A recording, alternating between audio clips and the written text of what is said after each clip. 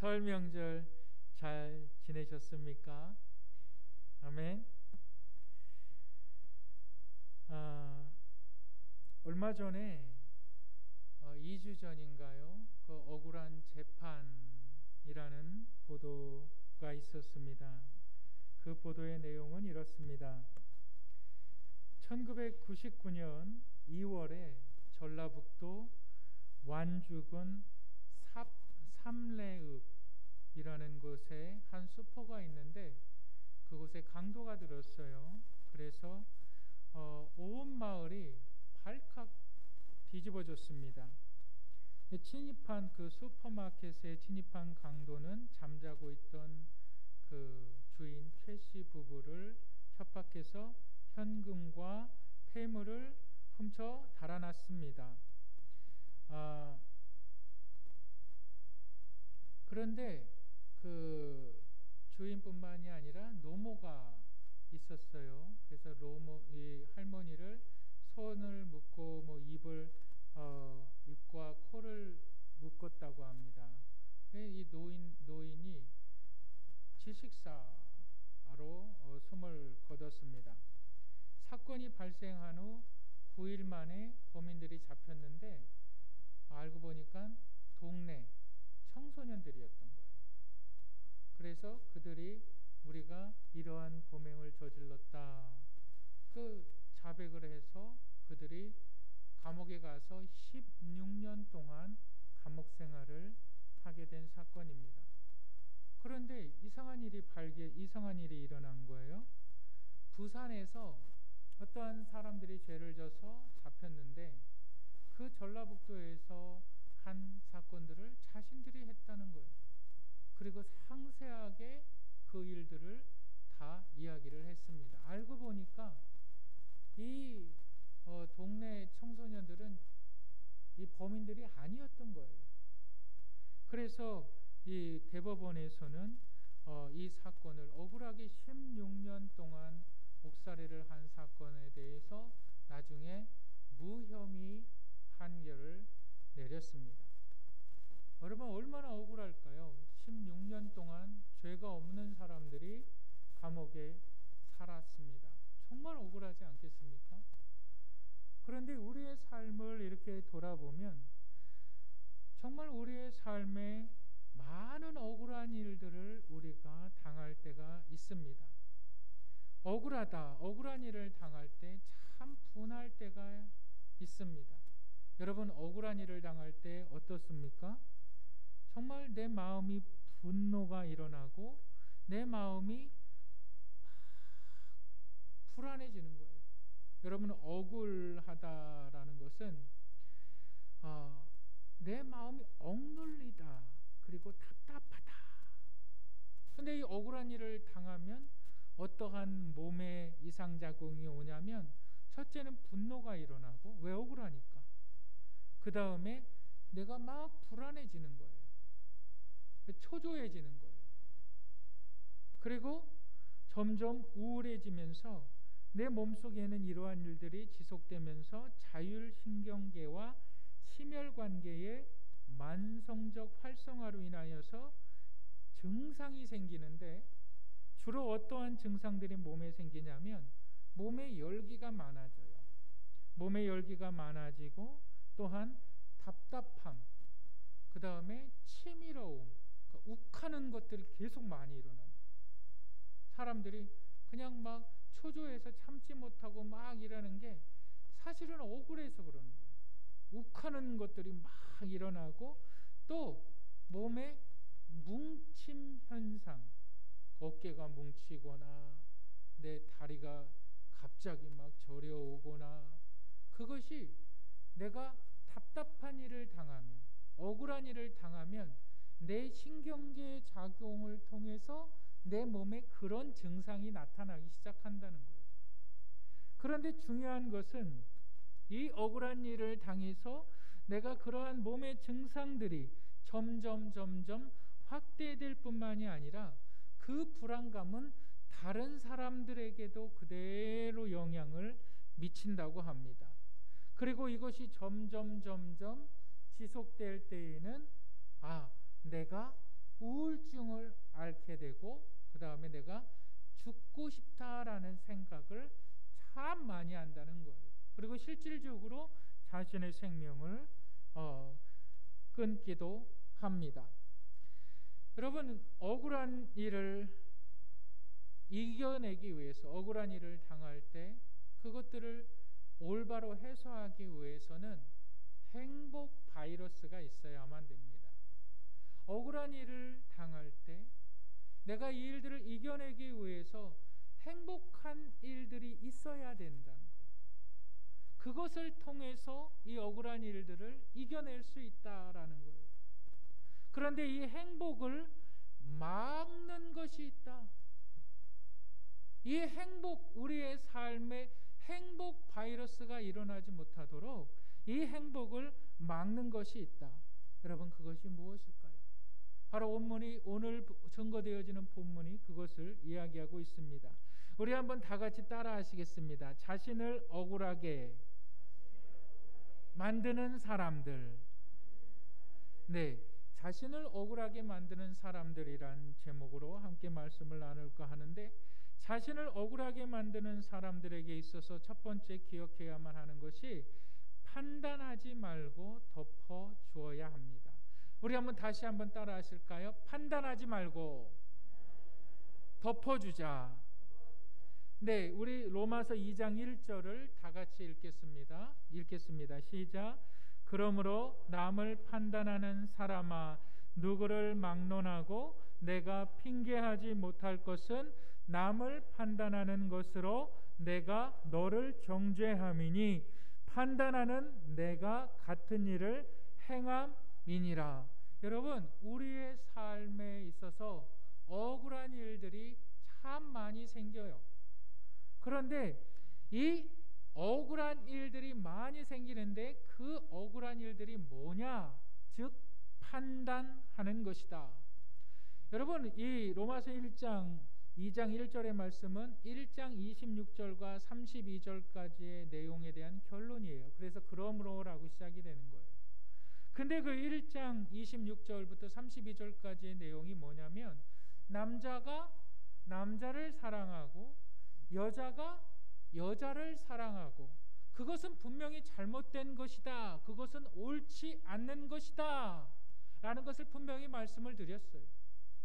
그런데 믿는 사람들이 남자가 남자를 사랑하는 것, 그리고 여자가 여자를 사랑하는 것은 분명히 옳지 않고 잘못된 것이다 라고 판단해서는 안 된다, 또 이렇게 말하는 거예요. 그들을 판단하지 말아라. 왜? 그들을 판단하는 그 판단으로 말미암아 너희가 판단을 받는다. 그들을 판단하지 말아라. 왜? 그들을 잘못된 건 잘못된 거예요. 우리가 그들은 옳지 않다고 여기고 있는 거예요. 그것이 판단이라는 거예요. 근데 그러지 말아라. 왜? 하나님 앞에서 내가 판단을 받는다. 여러분, 우리 이럴 때 있지 않습니까? 누가 나에게 거짓말을 합니다. 잘못된 행동을 하는 것을 내가 알아요. 그리고 그것이 들통이 나요. 그리고 이렇게 말합니다. 너는 정말 나쁜 놈이야. 나쁜 사람이야. 어쩜 그렇게 거짓말을 잘하니? 그게 들통났단 말이에요. 거짓말한 것이. 너는 정말 나쁜 놈이야. 너는 정말 나쁜 사람이야. 이렇게 말한단 말이죠. 그런데 그렇게 말하는 것이 들통이 났기 때문에 우리가 그렇게 말을 하는데, 내 마음속에서 그럴 때 있지 않습니까? 너도 그랬잖아. 너도 그런 적 있잖아. 너도 거짓말하면서 너도 속였던 적 있잖아. 바로 이것이 증거가 된다는 거예요. 하나님 앞에서 내 자신의 잘못을, 내 자신이 깊숙이 감추어 있던 것을 내 자신이 스스로 하나님 앞에 끄집어낸다는 거예요. 그래서 판단하지 말아라 라는 겁니다. 여러분, 판단이라는 것이 뭘까요? 여러분, 판단이라는 것은 어떠한 대상에 대해서 옳고 그름을 내가 정하는 거예요. 다시 이야기하면 나는 옳다, 너는 틀리다 라는 겁니다. 너는 틀리기 때문에 너는 벌을 받아 마땅하다. 여러분, 우리의 삶을 한번 돌아보실까요? 내 자신의 삶을 한번 돌아보세요. 우리 각자는 모두 한 분 한 분 삶의 원칙들을 가지고 있습니다. 예를 들어서 물건을 살 때도 그렇습니다. 자신이 좋아하는 제품의 브랜드 네임이 있어요. 물건을 살 때도, 사람을 대할 때도 자신이 좋아하는 사람들이 있어요. 어느 지역의 사람들, 또 싫어하는 지역의 사람들도 있어요. 어떠한 사람들을 대하는가에 따라서도 사람은 다 좋아하는 사람들이 있고 싫어하는 사람들도 있고, 음식을 먹을 때도 짠 음식을 좋아하는 사람이 있고 싫어하는 사람이 있고, 매운 음식을 좋아하는 사람이 있고 싫어하는 사람이 있고, 좀 더 달게 먹는 것을 원하는 사람이 있고 싱겁게 먹는 사람들이 있습니다. 다 사람들은 모든 상황에 대해서 자신들의 기준을 가지고 있습니다. 그런데 정작 자신이 설정한 그 기준에 100% 자신이 맞추어 살지 못합니다. 여러분, 나에게 필요 없는 것이라고 해도 내가 사야 될 때도 있어요. 내가 먹기 싫은 음식이라도 먹어야 될 때가 있어요. 저 강영래 권사님 거기 갔는데 뭐 자꾸 먹으라고 그래가지고 제가 소화도 안 되고 그래서 조금 억지로 이렇게 좀 먹다가 왔어요. 먹기 싫어도 고마워서 먹어야 될 때가 있는 겁니다. 여러분, 내가 만나기 싫어하는 사람도, 내가 꼴 보기 싫어하는 사람도 봐야 될 때가 있는 겁니다. 사람은 내가 설정한 기준에 100% 맞춰서 살 수가 없습니다. 여러분, 이 기준을 뭐라 그러냐? 이걸 판단이라 그러는 거예요. 여러분, 가정에 부모와 자식 간의 갈등이 참 많이 일어납니다. 가정의 부모와 자식 간의 갈등의 시작은 부모의 선의에서 시작이 됩니다. 다시 얘기하면 내가 너를 사랑하기 때문에 내가 너를 위해서라는 부모가 자식이 잘 되기를 원하는 그러한 선한 마음 때문에 갈등의 시작이 거기서 되는 거예요. 선한 마음은 잘못된 것이 아닙니다. 자식 잘 되게 하는 것이 무슨 선한 마음입니까? 아니, 잘못된 것입니까? 잘못되지 않은 겁니다. 선한 마음은 참 좋은 겁니다. 그런데 그 선의가 어떠한 기준을 정할 때 그건 폭력이 되는 거예요. 대학을 가도 너는 적어도 서울대학은 가야 돼. 아버지 체면이 있기 때문에 너는 적어도 서울에 있는 대학들은 가야 돼. 결혼을 해도 적어도 이러한 집안의 사람들은 이런 집안의 사람들과 결혼은 해야 돼. 적어도 결혼하면 아버지 체면이 있고 어머니 체면이 있기 때문에 적어도 혼수품은 이 정도는 해와야 돼. 그런데 그것이 시작이 어떤 것이라고요? 선의에서 시작이 되는 거예요. 그런데 선의에서 시작된 것이 어떠한 기준을 만들기 시작할 때는 그것이 폭력이 되는 거예요. 그 폭력으로 인해서 가정은 분쟁이 일어나기 시작하는 거예요. 내가 너한테 어떻게 되어 있는데 네가 나한테 이러느냐라는 거예요. 그 기준이 판단이라는 거예요. 판단. 그래서 본문은 이렇게 얘기합니다. 판단하지 말아라. 판단해서는 안 된다. 여러분, 우리 본문 2절과 3절 한번 읽어보실까요? 2장 2절 읽겠습니다. 시작. 이런 일을 행하는 자에게 하나님의 심판이 진리대로 되는 줄 우리가 아노라. 2절 3절 읽겠습니다. 시작. 이런 일을 행하는 자를 판단하고도 같은 일을 행하는 사람아, 내가 하나님의 심판을 피할 줄로 생각하느냐. 판단. 내가 세운 그 기준이 다른 사람을 억울하게 만들 뿐만이 아니라 결국은 자신도 억울한 자가 된다.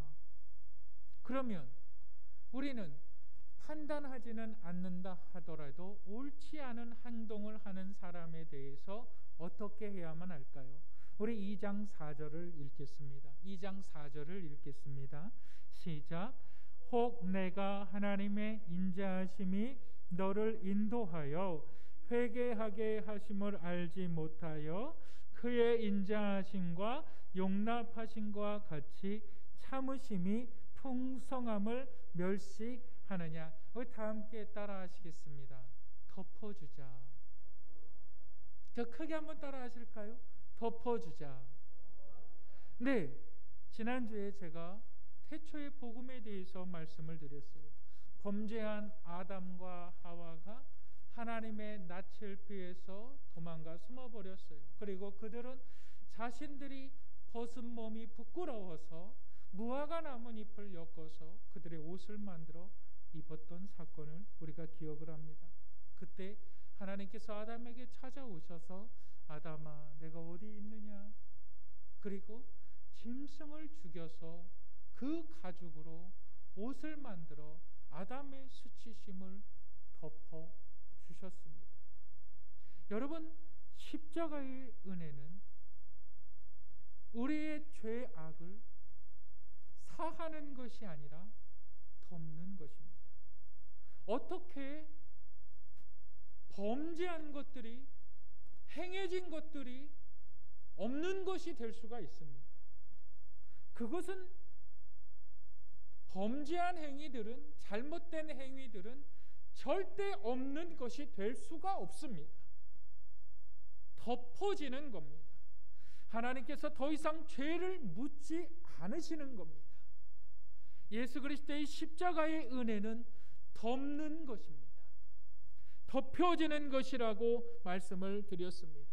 이 덮여지는 것이 하나님의 은혜인 것이고, 이 덮여지는 하나님의 은혜로 인하여서 하나님은 더 이상 우리에게 죄와 허물을 묻지 않으신다라는 것을 말씀을 드렸습니다.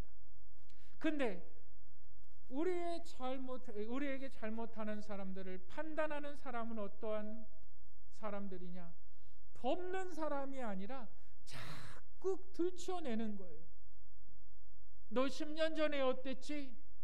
너 20년 전에 어땠지? 자꾸 들추어내는 거예요.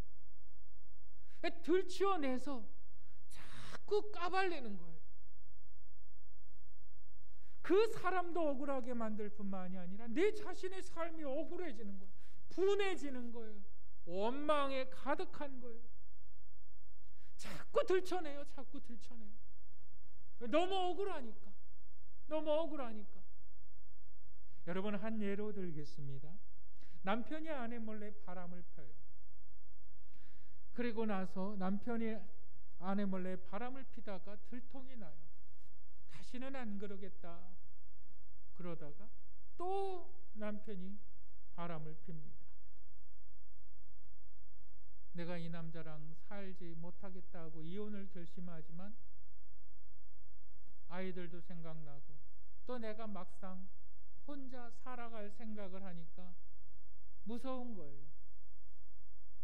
그래서 이혼하지 못하고 그냥 살기로 합니다. 근데 문제는 여기서부터 시작이 되는 거예요. 그냥 산다고 얘기를 하지만, 이혼하지 않고 그냥 산다고 얘기하지만 그 마음에는 언젠가 내가 당한 대로 너에게 분명히 갚아줄 때가 있다. 원수 갚는 것이 삶의 목적이 돼버리는 거예요. 네가 나한테 이랬지? 내가 반드시 언젠가 내가 너한테 복수할 거야. 모든 것이 다 못마땅한 거예요. 모든 것이 다 싫은 거예요. 남편만 그렇습니까? 아내는 안 그럴까요? 아내는 남편에게 잘못하지 않습니까? 언젠가 내가 이것들을 갚아주리라. 원수 갚는 것이 내 삶의 인생의 목적이 되어버리는 거예요. 그런 삶에 감사가 있을 수가 없지요. 그런 삶에 행복이 있을 수가 없는 거예요. 억울하고 답답하니까, 억울하고 답답한 것을 계속해서 끄집어내는 거예요. 며느리를 향해서 시어머니가 복수의 칼을 들이대고 있는 거예요. 왜? 며느리를 향해서 왜 시어머니가 복수의 칼을 들이댑니까? 시집 올 때 혼수품 조금 해왔다고, 내 체면 구겼다고, 두고 보자 이거예요. 두고 보자. 살면서 온갖 구박을. 그럼 며느리는 어떡합니까? 그걸 다 받아들이고 잘못했다고 합니까? 절대 그렇지 않아요. 특별히 명절날 같은데 아주 인상을 구기는 거예요. 가기 싫은 거예요. 시집이든 어디든 가기 싫은 거예요. 그러면서 어떻게 합니까? 너 두고 보자. 원수 갚는 것들이 삶의 목적이 되어버려요. 한 번밖에 없는 그 인생, 한 번밖에 살 수 없는 그 인생, 내가 억울한 일을 당했어요. 근데 그것을 덮어주지 못하고 자꾸 끄집어내면서 내 삶을 스스로 억울하게 만드는 사람들이 바로 판단하는 사람들. 여러분들은 어떠신가요? 내 자신의 삶이 억울하지 않습니까? 그 중심에는 무엇이 있다고요? 내가 설정한 기준, 그것을 우리가 판단이라고 말하는 거예요. 나는 옳고 너는 옳지 않다 라고 말하는 그 판단 때문에 한 번밖에 살 수 없는 나의 인생을 억울하게 살아가고 있지는 않습니까? 또 한 번밖에 없는 나의 인생을 다른 사람들에게 억울한 삶을 살도록 요구하고 있지는 않습니까? 여러분, 그런데요, 덮는다는 것이 그렇게 쉽지 않습니다. 막 속에서 속된 말로 그 뭐라 그러지? 우라가 치밀어 오르는데 덮는다는 것이 참 쉽지 않습니다. 성경은 뭐라 그럴까요? 두 번째로 이렇게 이야기합니다. 자신을 억울하게 만들지 않기 위해서 우리 성경에서는 따라 하시겠습니다. 참고, 크게 따라 하시기 바랍니다. 참고 선을 행하라. 우리 본문 2장 6절 7절 한번 읽어보실까요? 다 같이 읽겠습니다. 시작. 하나님께서 각 사람에게 그 행한 대로 보응하시되 7절 참고 선을 행하여 영광과 존귀와 썩지 아니함을 구하는 자에게는 영생으로 하시고. 여러분, 나한테 잘못한 사람들을 우리가 판단하지 말아야 된다. 근데 본문은 이렇게 이야기합니다. 참는다는 것은 자신의 감정을 누르는 거예요. 근데 이 누르는 데 있어서 내 의지가 아니라 하나님께서 힘주시는 것이 있는데, 그것이 뭐냐면 하나님께서 보응하신다. 하나님께서 그 대가를 치르게 하신다. 여러분, 이것이 얼마나 큰 힘이 되는 줄 아십니까? 여러분, 이것이 얼마나 큰 은혜가 되는 줄 아십니까? 여러분, 우리 로마서 12장 21절 한번 읽어보시겠습니다. 읽겠습니다. 시작. 악에게 지지 말고 선으로 악을 이기라. 왜요? 내가 판단하고 내가 그를 정죄하고 내가 그의 잘못을 뒤집어낼 때마다 그 판단이 나를 억울하게 만들 뿐만 아니라 다른 사람도 억울하게 만드는 것이, 여러분, 마치 코로나 바이러스 전염병과 같이 그 판단하는 것이 점점 나를 병들게 하기 때문에 하나님은 나를 너무나 귀하게 여겨서 너는 그렇게 오염되지 말아라. 그것은 나의 영역이다.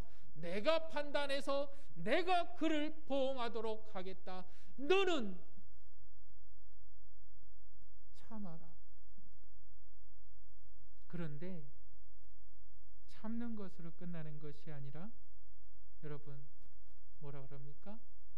선을 행하라. 여러분 참는다는 것은 덮는다는 거죠.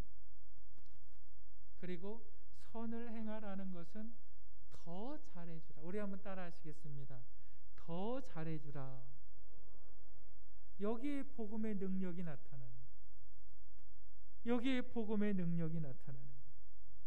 하나님께서 죄악된 우리들을 위하여서 그 아들 예수 그리스도를 이 땅에 보내셔서 그의 십자가의 피 흘리심으로 말미암아 우리의 모든 죄악을 덮어주셨습니다. 여러분, 덮어주셨을 뿐만이 아니라 하나님께서는 우리를 자녀 삼아 주셨습니다. 여러분, 이것이 복음의 은혜인 거예요. 여러분, 다른 사람의 잘못을 덮어줄 때마다 그 복음의 은혜와 그 복음의 깊이를 우리는 경험하는 거예요. 복음은요, 2000년 전에 일어나 한 사람이 십자가에 못 박혀 돌아간 그 단순한 사건이 아니라 복음은 오늘을 살아가고 있는 여러분들에게도 실제로 역사하는 하나님의 능력이에요. 내가 이 사람의 잘못을 덮는다는 것은 내가 덮여짐의 은혜를 받았기 때문에 그 덮여짐의 은혜를 내가 다시 한번 다른 사람을 덮어줌으로 말미암아 결국은 복음이 드러나게 하는 거라는 거예요.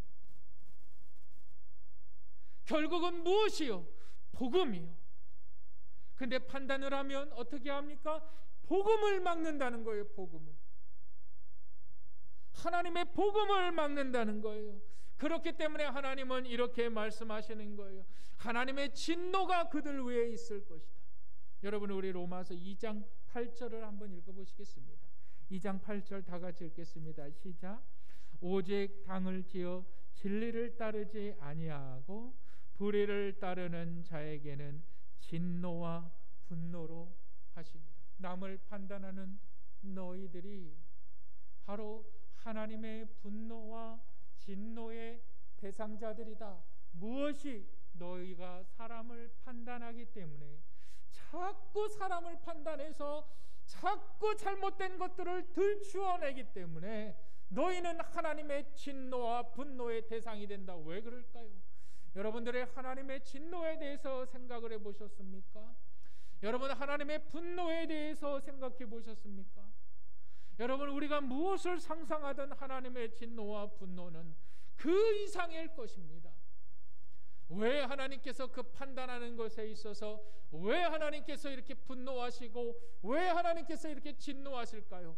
삼위일체 하나님의 사역을 맡기 때문에 죄인들을 구원하시기 위하여 그 독생자 예수 그리스도를 이 땅에 보내신 하나님의 놀라우신 계획, 아버지 성부 하나님의 계획에 따라 자신의 온 몸을 십자가에 다 맡기시고 십자가에서 모든 물과 피를 다 흘리신 예수 그리스도의 완전한 구원의 성취, 성령 하나님 예수 그리스도의 그 완전한 구원의 성취를 통하여 믿는 자들에게 믿음을 주시고 믿게 하시는 성령 하나님의 성령의 역사, 이 삼위일체의 하나님의 완전한 구원의 계획을 막는 것이 있는데 그것이 판단이다. 이거 별거 아닌 것 같아요. 하나님의 입장에서 보면 별거 아닌 것이 아니에요.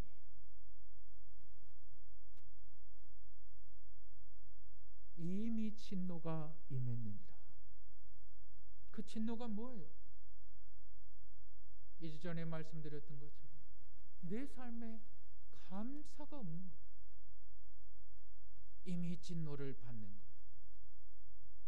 내 삶에 힘이 없는 거예요. 누구 하나 나를 반겨주는 사람이 없는 거예요.